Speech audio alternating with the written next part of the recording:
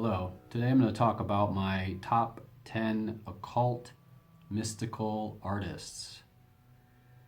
So you could say that many artists have mystical qualities and even some delve into the occult a little. The artists on this list I think are full-on occult mystical, and you'll see when I get into it. Before I start, I'm going to do a few honorable mentions. All of these artists are quite good. Just because they're not on the list doesn't mean I don't love them. In the case of Salvador Dali, I feel like he's tangentially mystical and occult. He does have a tarot deck, which I highly recommend, but I don't think he had enough occultism to put him on this list. At number 10, we have Aleister Crowley, 1875 to 1947. His birthplace was Royal Leamington Spa, England. Crowley was a magician, mystic, and artist who founded Thelema, a spiritual philosophy rooted in esoteric traditions, Kabbalah, and ceremonial magic. His artwork and writings blend mysticism, eroticism, and symbolic imagery, making him a central figure in modern occultism. So over the years, I've read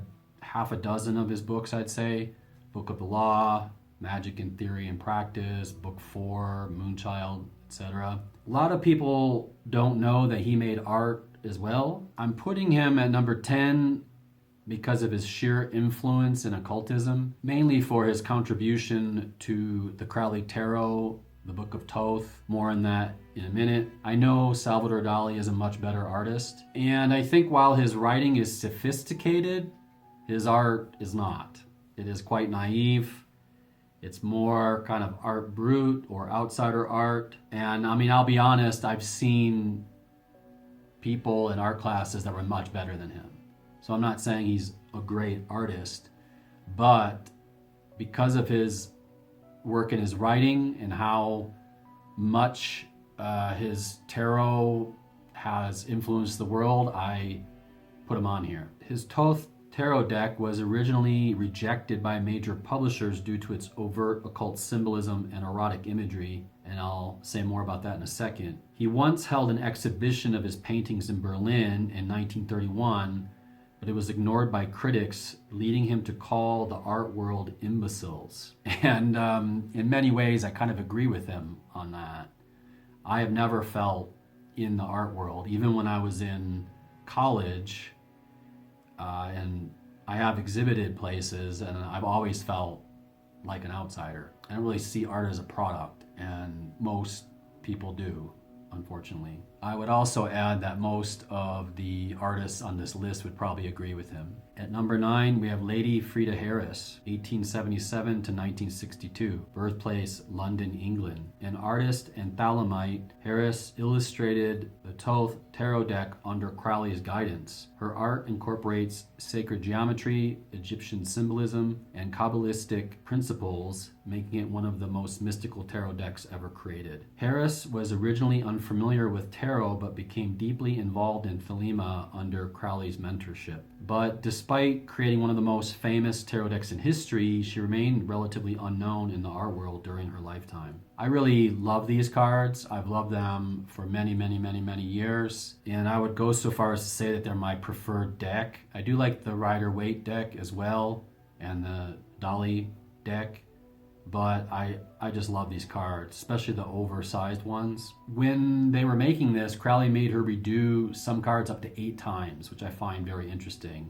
And here's some images of some of the preliminaries. Initially, it was supposed to be a traditional deck, but she convinced Crowley to add more of his unique ideas, and it just blossomed from there. At number 8, we have Rosaleen Norton, 1917 to 1979. Birthplace, Dunedin, New Zealand. Known as the Witch of King's Cross, Norton was a visionary artist and occultist who practiced the left-hand path. Her esoteric, surreal, and erotic artwork depicted deities, spirits, and magical beings, often drawing controversy. Norton practiced trance drawing, believing she could channel spirits and demonic entities into her art. And she was repeatedly arrested for obscenity, with police seizing and destroying many of her artworks. Her grimoire-like book, The Art of Rosaleen Norton from 1952, was banned in several countries for its diabolical themes. So I was exposed to her work way back when I was in my undergraduate.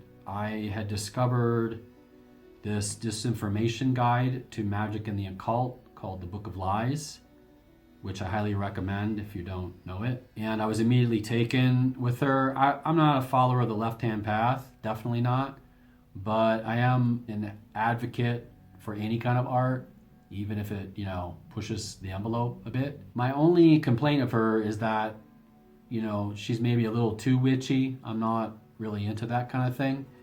And I don't know, some people might really like that. I'm not a huge fan of that. That's one reason why she's low on the list. I also discovered the next artist in the same book. At number 7, we have Marjorie Cameron, 1922 to 1995. Birthplace, Belle Plaine, Iowa, USA. A surrealist painter and Thalamite, Cameron was a muse to Jack Parsons, the rocket scientist, and considered herself the Scarlet Woman prophesied by Crowley. Her work explores esoteric themes, astral visions, and occult sexuality. So she was also in the Book of Lies, and she believed that she had magical blood, claiming her birth aligned with an occult prophecy. She was tangentially part of the Beat Generation, psychedelia, and surrealism. If you don't know about the connection between her and Jack Parsons and L. Ron Hubbard of Scientology fame, it's a very fascinating story. I recommend this book on Jack Parsons, and I also kind of recommend this fictionalized TV series called Strange Angel.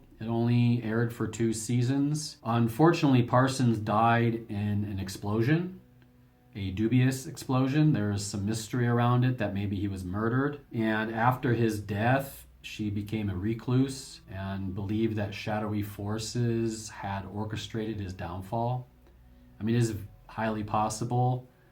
I think when you get into the more black magic aspects of mysticism, you might get some enemies. He was also involved with a lot of top secret stuff, and they get into it in the TV show a little bit and also in his book a lot about how, it could have happened. I'm not sure. I mean, he was a rocket scientist playing with flammable liquids, so maybe it was an accident. But she also appeared in Kenneth Anger's inauguration of the Pleasure Dome. If you haven't seen any Kenneth Anger films, he is also a great occult artist, but a filmmaker. I'm just quite fascinated by her. I don't know, there's something about her. I think if I met someone like that in real life, I would be instantly smitten with her. If you look into her history a bit, she was a very powerful woman. At number 6, we have Paul Laffoley, 1940 to 2015. Birthplace, Cambridge, Massachusetts, USA. A visionary artist and architect, Laffoley's complex diagrammatic paintings integrate sacred geometry, metaphysics, quantum physics, and esoteric traditions, depicting transcendental ideas and cosmic evolution. I also discovered this guy in my undergraduate because it was probably my second year, third year, I got really fascinated with outsider artists. I kind of see myself a little bit as an outsider artist. His work just grabbed me in a way that I don't think anyone else's really has. It's very mysterious to me. Laffoley claimed to have received telepathic transmissions from extraterrestrial and interdimensional beings. He once worked briefly for architect Frederick Keisler, who believed art should channel mystical energies. And his work often features complex diagrams incorporating Kabbalah, alchemy, and sacred geometry. I think this stuff is quite trippy and quite deep. It's really hard to penetrate, and it's very esoteric. I'm not sure what half of it means. There's some things I understand, but there's so much that's just goes way over your head. With that said, as an artist myself, I see it as a technical marvel. If you look into how he created the work, the lettering is often rub-off letters on black backgrounds, and that's just, if you've ever used rub-off letters, you know how difficult they are to use correctly. And the fact that his paintings were covered in them is just a testament to his will. and attention to detail. At number 5, we have H.R. Giger from 1940 to 2014. Birthplace, Chur, Switzerland. The father of biomechanical horror, Giger's surreal, nightmarish visions incorporate occult symbolism, transhumanism, and esoteric transformation, often blending organic and technological themes. So he's best known for his alien design, obviously, and also the Necronomicon. His biomechanical art has been linked to alchemical and tantric transformation symbolism. The design of the xenomorph in Alien was partially inspired by the Lovecraftian god. I'm not going to say his name, but I'll put it on the screen here. Probably mess it up. His work on Alien earned him an Academy Award for Best Visual Effects in 1980. Giger's Necronomicon paintings were believed to invoke dark energies, and some occultists avoid prolonged exposure to them. And he suffered from night terrors in his youth, which obviously inspired his work. Before Alien, he was recruited by Jodorowsky to design creatures and environments for his Dune adaptation. Many of these designs later influenced Prometheus and Alien. He has done many album covers, the most famous being Emerson, Lake and Palmer, Brain Salad Surgery, but he's also worked with Debbie Harry and Danzig and others. And I would say his work is kind of sexy in all the wrong ways, but it's very fascinating. And I would say it's quite visionary. It's obviously not everyone's cup of tea. Maybe it leans a little too heavily into the nightmare. As far as his execution with the airbrush and just his design aesthetic, he is a master. You know, the sign of a really great artist is that they bring something to the world that has never existed, whether that be nightmarish or beautiful or erotic or whatever. The world is changed by their place in it. At number 4, we have Takato Yamamoto, born in 1960. Birthplace, Akita Prefecture, Japan. A master of Heisei aestheticism, Yamamoto fuses iroguro, erotic grotesque, with occult and mystical themes. His delicate yet macabre illustrations depict spectral beings, vampiric figures, and esoteric rites, blending Japanese and Western influences. So his work draws from shunga, which is Japanese erotic art, and European occultism. Many of his works reference Thanatos, the death drive, blurring the line between eroticism and mortality. And he reminds me a lot of one of my philosophical heroes, Georges Bataille, who also blends Eros and Thanatos in his work. He rarely gives interviews, allowing this kind of cryptic, dreamlike art to speak for itself, which I respect quite a lot. And I love it. I think it's beautiful. There's this lacy, intricate, impeccable design. It's unsettling yet gorgeous at the same time. And I always love art that kind of pushes between those two extremes, where it makes you feel a little bit uncomfortable, either in a nightmarish way or in an erotic way or in some kind of transgression of taboo, but also you can't help but think it's beautiful and gorgeous and luscious. And his art is all of that. At number 3, we have Austin Osman Spare, 1886 to 1956, birthplace London, England. A magician and artist, Spare developed Zoskia cultus, an early form of chaos magic. His automatic drawing technique, sigil magic, and grotesque, dreamlike figures became a foundation for modern occult art and mysticism. Spare was recognized as a prodigy early in his life and was the youngest artist to exhibit at the Royal Academy, and he was only 17 years old. He developed sigil magic, a system where symbols bypass the conscious mind to manifest desires. I will show a little bit of the process on the screen here, but he was a master of it. And although he briefly interacted with Crowley, he found Crowley's personality and Thelema too rigid and egotistical. And I would probably have the same thought if I ever met the man myself. There are times where I feel like Crowley's work is like that. It's quite egotistical, which is funny because it also tries to banish the ego, so there's a weird contradiction there. He claimed he could contact spirits through automatic drawing, much like the surrealists André Breton and Salvador Dali. He inspired chaos magicians figures like Peter J. Carroll and Phil Hine. His work is grotesque, surreal, and often erotic, obscure in his lifetime, unfortunately, but he has developed a cult following after his death in 1956. Some people would say he is perhaps the most original thinker in esoteric history. I'm not sure if that's the case, but I definitely think he left his mark, and if you haven't seen his work, you should definitely check it out, especially the Book of Pleasure. At number 2, we have Jean Delville, 1867 to 1953. Birthplace, Leuven, Belgium. A symbolist painter, Delville was deeply involved in esoteric Christianity, theosophy, and Rosicrucianism. His luminous celestial figures often represent divine initiation, spiritual transformation, and occult wisdom. Delville was a Rosicrucian and deeply influenced by theosophy and Platonic mysticism, and you can see it in his work. It is ethereal.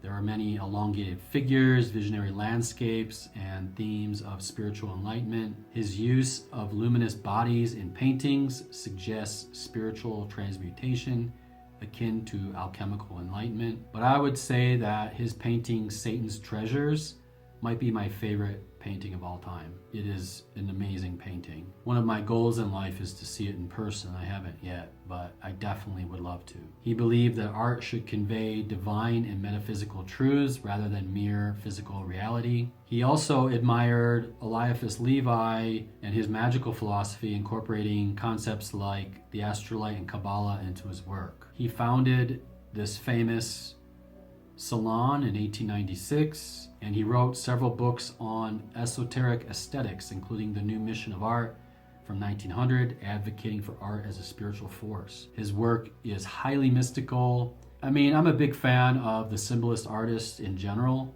but his just, I don't know, there's something about it. You know, I've known about his work for years, and I just never stop looking at it. At number 1, we have William Blake, 1757 to 1827. Birthplace, London, England. A visionary poet, painter, and mystic, Blake created his own mythology and spiritual system. His illuminated manuscripts and artworks explore divine visions, esoteric Christianity, Gnosticism, and the battle between light and darkness. His work remains some of the most powerful and enduring examples of mystical art. So some of his notable works is The Great Red Dragon and the Woman Clothed in Sun, The Marriage of Heaven and Hell, illustrations for the Book of Job, The Ancient of Days. I will devote an entire video to him someday.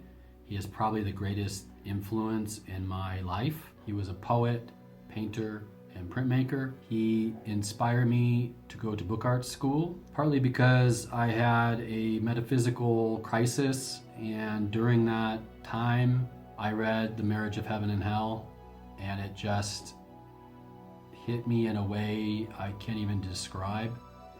However, it was probably one of the most influential books in my life. You know, it really inspired my own writing and inspired me to make my own books. He also got me into illuminated manuscripts. I don't talk about that much on my channel, but I'm a big fan, and I've seen many in different libraries across the world. He invented his own printing technique called relief etching or illuminated printing, which allowed him to merge his poetry and illustrations in a unique handcrafted style. Largely self-educated in art, literature, philosophy, and mysticism. You could say that he's one of the first outsider artists. I mean, he definitely didn't fit in with the art of that time. Blake claimed to have visions of angels and spirits from an early age, which guided his artistic and poetic work. He drew inspiration from the Bible, Milton, and classical mythology. Emanuel Swedenborg was a big influence on him. I've read Swedenborg's book, Heaven and Hell. You can definitely see the influence. Blake's mystical visions, radical ideas, and unconventional style led many contemporaries to dismiss him as insane. This happens to a lot of artists, unfortunately, especially when they're way ahead of their time. His complex personal mythology is probably one of the greatest in history. He has characters like Urizen, the tyrannical god of reason, which you could see as a demiurge figure. There's Orc, the spirit of rebellion, and Los, the eternal artist prophet. He considered the Great Red Dragon paintings to be literal glimpses into the cosmic battle between good and evil. It is a pretty shocking image, and it definitely sticks with you. He was a self-published author, which I highly respect. I am myself a traditional and self-published author, so there's part of me that really knows the drive that it takes to do that and the will, and I respect it quite a lot. He had radical views on love and sexuality. You could say he's one of the first free love kind of artists, maybe. Blake died poor and relatively unknown. Many artists, writers, philosophers were influenced by him. I'll put some names on the screen here, but there were many. And yeah, I think he is the greatest occult mystical artist of all time. The more advanced he became, the deeper his mythology became. And if you look at his later works, they're just super dense. It's only been a few hundred years, but I could see over time his work becoming almost on par with like the Bible or some other, very ancient books. And yeah, that's my list. If you know of any mystical artists I left off, you can put them in the comments. But let me stress again that there are many. I picked these primarily because of how much occultism or mysticism is involved with their work. There are many other artists that have a little. So anyway, that's all I got for today. Take care. Have a good day.